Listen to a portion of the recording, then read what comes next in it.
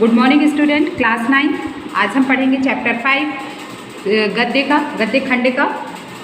ठीक है, ये इसमें जो है नाना साहब की पुत्री जो मैना है उनको जो है अंग्रेज़ों ने जिंदा जला दिया और किस तरह मैना ने अंग्रेज़ों का सामना किया। जो नाना धुंधपत थे वो हार गए थे अंग्रेज़ों से और वे महल में ही अपनी बेटी मैना को छोड़कर वहाँ से चले गए थे और भागते हुए समय मैना को ले जाना भूल गए और मैना अपने राजमहल में ही थी। तो अंग्रेज़ों ने उसके साथ किस तरह उन्हें जिंदा जला दिया और किस तरह अंग्रेज़ों का उन्होंने सामना किया ये, और किस तरह उन्होंने अंग्रेज़ों से बातें की और अंग्रेज़ों का सामना उन्होंने किस प्रकार किया, ये सारी चीज़ें आज हम इस चैप्टर में पढ़ेंगे। ठीक है, चलिए चैप्टर स्टार्ट करते हैं। सन 1857 ईस्वी के विद्रोही नेता धुंधपंत नाना साहब कानपुर में असफल होने पर जब भागने लगे तो वे जल्दी जल्दी में अपनी पुत्री मैना को साथ ले जाना भूल गए। देवी मैना बिठूर में पिता के महल में रहती थी। देवी मैना कहाँ रहती थी? अपने पिता के महल में रहती थी। पर विद्रोह दमन के बाद अंग्रेजों ने बड़ी ही क्रूरता से उस निरीह और निरपराध देवी को अग्नि में भस्म कर दिया। मगर अंग्रेजों ने क्या किया? बड़ी ही क्रूरता से और निरीह और निरपराध, मतलब वो लड़की कैसी थी जिसके साथ कोई नहीं था और निरपराध, उसने कोई अपराध नहीं किया था, लेकिन फिर भी अपराध देवी मैना को उन्होंने अग्नि में भस्म कर दिया और उसका रोमांचकारी वर्णन पाषाण हृदय को भी एक बार द्रवीभूत कर देता है। मतलब कहने का क्या है कि जो उसका वर्णन है वो जो पत्थर हृदय दिल के लोगों को भी जो है द्रवीभूत कर देता है। मतलब उनके अंदर भी दया आ जाती है। कानपुर में भीषण हत्याकांड करने के बाद अंग्रेजों का सैनिक दल बिठूर की ओर गया। बिठूर में नाना साहब का राजमहल लूट लिया गया, पर उसमें बहुत थोड़ी संपत्ति अंग्रेजों के हाथ लगी। इसके बाद अंग्रेजों ने तोप के गोलों से नाना साहब का महल भस्म कर देने का निश्चय किया। सैनिक दल ने जब वहाँ तोपें लगाई उस समय महल के बरामदे में एक अत्यंत सुंदर बालिका आकर खड़ी हो गई। महल के बरामदे में एक सुंदर सी लड़की जो है आकर खड़ी हो गई। उसे देखकर अंग्रेज सेनापति को बड़ा आश्चर्य हुआ, क्योंकि महल लूटने के समय वह बालिका वहां कहीं दिखाई ना दी थी। उस बालिका ने बरामदे में खड़ी होकर के अंग्रेज सेनापति को गोले बरसाने से मना किया। उसका करुणापूर्ण मुख और अल्प वयस देखकर सेनापति को भी उस पर कुछ दया आई। अल्प वयस मतलब कि 18 वर्ष से कम, है ना, मतलब वयस्क नहीं थी। वयस्क किसको बोलते हैं? जो 18 वर्ष की उम्र को पार कर लेता है उसे वयस्क कहते हैं, और उससे कम आयु के लोगों को क्या कहते हैं? अल्पवयस्क कहते हैं। तो उसे देख करके सेनापति को भी दया आ गई। सेनापति ने उससे पूछा कि क्या चाहती है। बालिका ने शुद्ध अंग्रेजी भाषा में उत्तर दिया, क्या आप कृपा कर इस महल की रक्षा करेंगे? क्या आप कृपा करके इस महल की रक्षा करेंगे? ऐसा मैना ने उनसे कहा। सेनापति, क्यों, तुम्हारा इसमें क्या उद्देश्य है? बालिका ने कहा, आप ही बताइए कि यह मकान गिराने में आपका क्या उद्देश्य है। आप ये बताइए कि इस मकान को गिराने में आपका क्या उद्देश्य है। सेनापति ने कहा, यह मकान विद्रोहियों के नेता नाना साहब का वास स्थान था। सरकार ने उसे विध्वंस कर देने की आज्ञा दी है। बालिका, आपके विरुद्ध जिन्होंने शस्त्र उठाए थे वे दोषी हैं, पर इस जड़ पदार्थ मकान ने आपका क्या अपराध किया है? मेरा उद्देश्य इतना ही है कि यह स्थान मुझे बहुत प्रिय है, इसी से मैं प्रार्थना करती हूँ कि इस मकान की रक्षा कीजिए। मुझे ये मकान प्रिय है, इसीलिए मैं आपसे आशा करती हूँ कि आप इस मकान की रक्षा करें। सेनापति ने दुख प्रकट करते हुए कहा कि कर्तव्य के अनुरोध से मुझे यह मकान गिराना ही होगा। मेरा कर्तव्य है और अंग्रेजों ने मुझे आदेश दिया है तो मुझे ये काम करना ही होगा। इस पर उस बालिका ने अपना परिचय बताते हुए कहा कि मैं जानती हूँ कि आप जनरल हैं। आपकी प्यारी कन्या मेरी में और मुझ में बहुत प्रेम संबंध था। आप जनरल थे हैं और आपकी जो पुत्री थी और उसके साथ मेरा बहुत ही प्रेम संबंध था। उसका नाम मेरी था।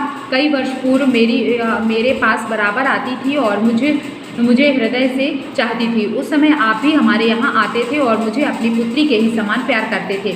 मालूम होता है कि आप वे सब बातें भूल गए हैं। मेरी की मृत्यु से मैं बहुत दुखी हुई थी। उसकी एक चिट्ठी मेरे पास अब तक है। मेरी की मृत्यु हो चुकी है। अब यहाँ पर लेखक बता रहे कि मेरी की मृत्यु हो चुकी है और ये बताती है मैं ना कि उसकी जो चिट्ठी है वो मेरे पास अब तक रखी हुई है। यह सुनकर सेनापति के होश उड़ गए। उसे बड़ा आश्चर्य हुआ और फिर उसने उस बालिका को भी पहचाना और कहा, अरे यह तो नाना साहब की कन्या मैना है। और उसने पहचान लिया और उसने कहा, यह तो नाना साहब की कन्या मैना है। सेनापति हे कुछ क्षण ठहर कर बोले, हाँ मैंने तुम्हें पहचाना कि तुम मेरी पुत्री मेरी की सहचरी हो। सेनापति ने कहा, हाँ मैंने तुम्हें पहचान लिया है, तुम मेरी पुत्री मेरी की सहचरी हो, मतलब दोस्त हो, किंतु मैं जिस सरकार का नौकर हूँ उसकी आज्ञा नहीं टाल सकता, तो भी मैं तुम्हारी रक्षा का प्रयत्न करूँगा। मैं तुम्हारी रक्षा की कोशिश करूँगा, लेकिन मैं उसकी आज्ञा को टाल नहीं सकता। इसी समय प्रधान सेनापति जनरल आउटरम वहाँ आ पहुँचे और उन्होंने बिगड़ कर सेनापति हे से कहा, नाना का महल अभी तक तोप से क्यों नहीं उड़ाया गया। सेनापति हे ने विनयपूर्वक कहा, मैं इसी फिक्र में हूँ, किंतु आपसे एक निवेदन है, क्या किसी तरह नाना का महल बच सकता है। उन्होंने कहा, मैं आपसे निवेदन करता हूँ, क्या नाना का महल किसी तरह बच सकता है। तब आउटरम गवर्नर जनरल की आज्ञा के बिना यह संभव नहीं। आउटरम ने कहा, यह गवर्नर जनरल की आज्ञा के बिना संभव नहीं है। नाना साहब पर अंग्रेजों का क्रोध बहुत अधिक है।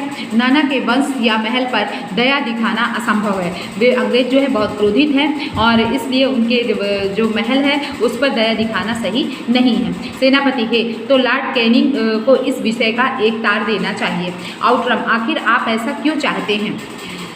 हम यह महल विध्वंस किए बिना और नाना की लड़की को गिरफ्तार किए बिना नहीं छोड़ सकते। सेनापति हे मन में दुखी होकर वहाँ से चला गया। इसके बाद जनरल आउटरम ने नाना का महल फिर घेर लिया। महल का फाटक तोड़कर अंग्रेज सिपाही भीतर घुस गए और मैना को खोजने लगे, किंतु आश्चर्य है कि सारे महल का कोना कोना खोज डाला पर मैना का पता नहीं लगा। अब मैना जो है दिखाई नहीं दे रही है। उस दिन संध्या समय लॉर्ड कैनिंग का एक तार आया जिसका आशय इस प्रकार था, लंदन के मंत्रिमंडल का यह मत है कि नाना की स्मृति चिन्ह तक मिटा दिया जाए। लंदन के जो मंत्रिमंडल है वो ये कह रहा है कि उसकी याद का प्रत्येक चिन्ह जो है उसे मिटा देना चाहिए, इसलिए वहाँ की आज्ञा के विरुद्ध कुछ नहीं हो सकता। उसी क्षण क्रूर जनरल आउटरम की आज्ञा से नाना साहब के सुविशाल राजमंदिर पर तोप के गोले बरसने लगे। घंटे भर में वह महल मिट्टी में मिला दिया गया और घंटे भर में वह महल जो है मिट्टी में मिला दिया गया, मतलब उस महल को नष्ट कर दिया गया। ठीक है। उस समय लंदन के सुप्रसिद्ध टाइम्स पत्र में 6 सितंबर को यह एक लेख में लिखा गया, बड़े दुख का विषय है कि भारत सरकार आज तक उस दुर्दांत नाना साहब को नहीं पकड़ सकी जिस पर समस्त अंग्रेज जाति का भीषण क्रोध है।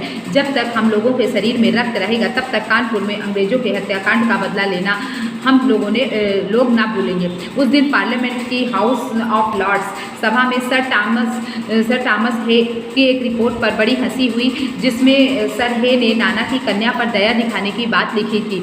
हे के लिए निश्चय ही यह कलंक की बात है। हे ने नाना साहब की पुत्री जो मैना थी उसके लिए दया की बात की थी, इससे लोगों ने उनका मजाक उड़ाया। जिस नाना ने अंग्रेज नर नारियों का संहार किया उसकी कन्या के लिए क्षमा अपना सारा जीवन युद्ध में बिताकर अंत में वृद्धावस्था में सर टॉमस हे एक मामूली महाराष्ट्र बालिका के सौंदर्य पर मोहित होकर अपना कर्तव्य ही भूल गए।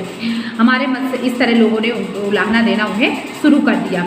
अंडरलाइन कर लीजिए। हमारे मत से नाना के पुत्र कन्या तथा अन्य कोई भी संबंधी जहाँ कहीं मिले मार डाला जाए। नाना की जिस कन्या से हे का प्रेमालाप हुआ है उसको उन्हीं के सामने फांसी पर लटका देना चाहिए। नाना की जिस कन्या से हे का प्रेमालाप हुआ है उसको उन्हीं के सामने फांसी पर लटका देना चाहिए।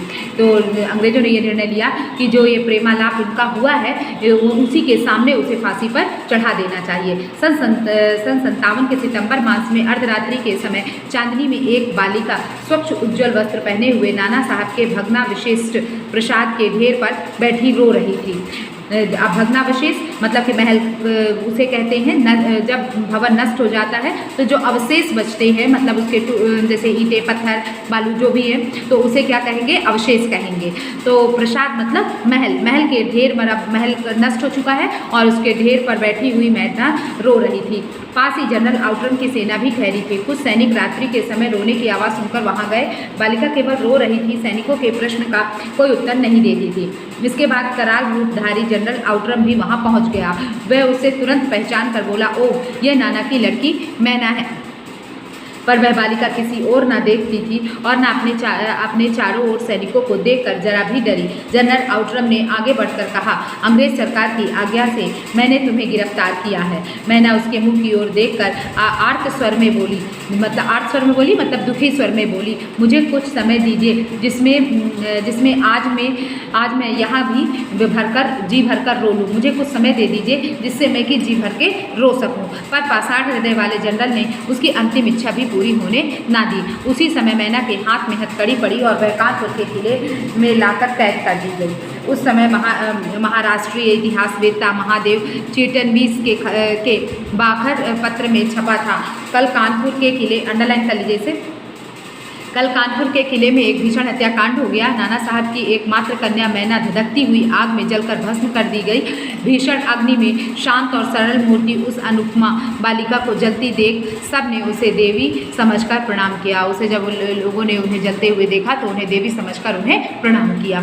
इस चैप्टर में आपको समझ में आया कि जो नाना धुंधपत थे वे अपनी बेटी को और उन्होंने अंग्रेज़ों के साथ युद्ध किया था, जिसमें अंग्रेज़ों परिवार के लोगों को उन्होंने मारा था, उनकी औरतों को मारा, उनके बच्चों को मारा था। और नाना धुंधपत जो है जाते समय अपनी बेटी मैना को ले जाना भूल गए और बेटी को वहाँ से नहीं ले जा सके। तो बेटी मैना जो है अपने महल में है और जो उनके मित्र है जो है उनके पास आते हैं और महल को नष्ट करने का उन्हें आदेश दिया जाता है। वो महल को नष्ट करने के लिए आते हैं, लेकिन मैना कहती है आप इस महल को बचा लीजिए। तो उसने कहा नहीं, मेरा कर्तव्य है कि मैं इसे नष्ट कर दूं, इसलिए मुझे ये करना ही होगा, ऐसा उन्होंने कहा। और तब उसने बताया कि आपकी पुत्री जो थी वो मेरी मित्र थी, हम दोनों साथ में रहते थे और आपकी पुत्री जो थी जब ख़त्म हो गई तो उसकी जो चिट्ठी थी वो आज भी मेरे पास है, इस तरह उसने बताया।